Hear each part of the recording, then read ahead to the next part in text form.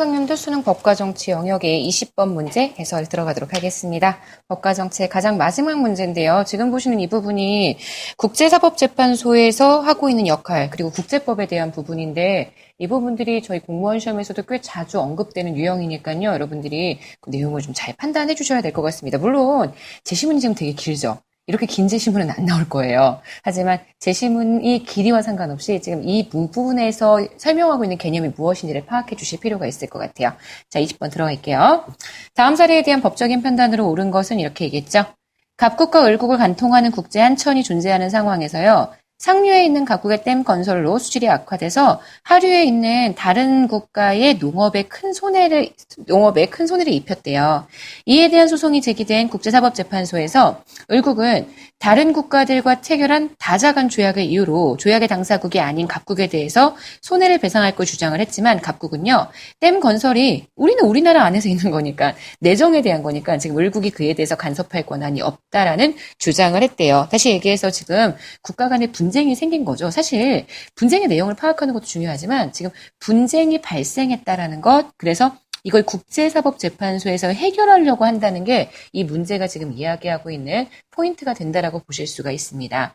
이 사건에는요, 각국은 댐 건설과 관련해서 국제기구 및 피해를 입을 가능성이 있는 인접국들과 법적인 구속력을 가지고 있는 약속, 이걸 하기 위해서 협의를 했지만 실패를 했어요. 그 얘기는 뭐냐면은 지금 조약에 대한 부분들, 이거를 하려고 했지만 안 됐다는 얘기라고 볼 수가 있고요. 또한 이에 대해서 국제사회의 묵시적 합의에 따라 법으로 승인되고 준수되는 반복적인 관행, 그러면 이거는 국제관습법에 대한 거죠. 이 국제관습법도요, 지금 존재하지 않았다. 아시는 것처럼 국제사법재판소가 국제법의 법원으로 사용할 수 있는 건 일단 명시적인 조약, 그 다음 지금 얘기한 것처럼 묵시적인 합의에 의해서 반복적인 관행이 나타나게 되면 이건 국제관습법. 만약에 조약도 없고 국제관습법도 없다라고 이야기한다면 법의 일반 원칙들이 적용이 되어야 한다. 이렇게 이야기를 해줄 수가 있는데요. 지금 문제에선 조약도 안 됐고 국제관습법도 안 됐다라는 그런 내용들이 사례에 나와 있는 것을 확인할 수가 있습니다. 자, 그럼 1번부터 한번 들어가 보도록 할게요. 자, 국제사법재판소는요, 각국의 행위가요, 법의 일반 원칙을 위반하였는지를 판단할 수 있어요. 그죠? 조약도 없고 국제관습법도 지금 이 사건에 해당하는 내용은 없지만요, 법의 일반 원칙도 현재 국제법의 판단의 준거로 사용할 수 있기 때문에 지금 위반하는지의 여부를 판단할 수 있어요. 그래서 1번이 맞는 선지가 되고요. 자, 2번이에요. 국제사법재판소는요, 을국에서 체결한 다자 조약에 의해서요, 각국의 손해배상 책임을 인정할 수 있다라고 얘기했는데, 지금 내용을 봤더니, 현재 지금 여기에서는 을국이 뭐라고 했느냐, 다른 국가와 체결한 다자간 조약을 이유로 각국에게 손해배상을 하라고 얘기를 했단 말이에요. 하지만 각국 입장에서 되게 어이가 없는 게, 지금 이 을국이 체결한 다자간 조약이 자기가 가입하고 있는 국가가 아니잖아요. 그러니까 각국도 지금 다른 나라랑 현재 이 조약을 해보려고 노력을 했던 거죠. 다른 형태의 조약을.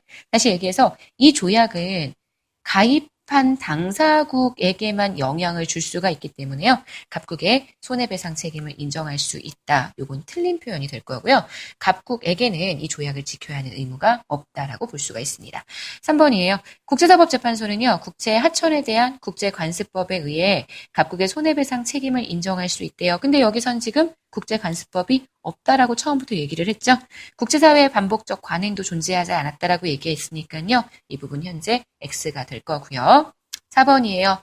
국제사법재판소는요. 을국이 승소한 경우에 강제 집행을 할 수 있다? 네. 하지만 지금 국제사법재판소가요. 일반 국내에 있는 법원들처럼 강제 집행을 할 수는 없어요. 물론 국제사법재판소에서 어떤 결정이 나왔는데 그 결정에 불복한 국가가 있다. 그걸 뭐 빌미로 아시는 것처럼 안보리로 움직일 수는 있어요. 2015년 서울시 기출이죠. 하지만 지금 문제에서처럼 국제사법재판소 자체가 강제력을 행사할 수는 없기 때문에 4번은 X가 될 거고요. 5번 국제사법재판소는요. 이와 유사한 사건에 대한 판례가 있으면 반드시 따라야 된다. 물론 판례가 있다? 재판의 준거는 될 수가 있겠죠. 하지만 이걸 반드시 따라야 한다라고는 얘기할 수 없습니다. 그러니까 반드시라고 얘기하는 조항에는 문제가 있을 것 같아요. 그래서 이 부분은 X요. 자, 그래서 여러분 지금 보시는 20번 문제의 정답은 1번이고요. 저희 여기까지 해서 법과 정치 영역을 마무리를 했습니다. 사실 20문제 다 풀어왔던 거는 아니고요. 중간에 한두 문제 제가 빼기는 했어요. 너무 공무원 유형과 맞지 않는 것들은 정리를 했는데요. 아마 대부분의 2016 학년도 작년에 출제가 됐었던 수능 문제는 다 보신 거기 때문에 여기 있는 문제들만 잘 보셔도 아마 수능의 영향은 충분히 파악하실 수 있을 거라고 생각이 듭니다. 자, 저희 내일부터는요, 사회문화 문제 가지고 갈 거예요. 사회문화가 상대적으로 법정이나 경제에 비해서 조금 쉽다고 생각하시는 분들이 있어서요, 등한시하시는 분들이 있는데요. 절대 그러시면 안 됩니다. 자, 저희 내일 사회문화 수업할 때 뵐게요. 안녕히 계세요.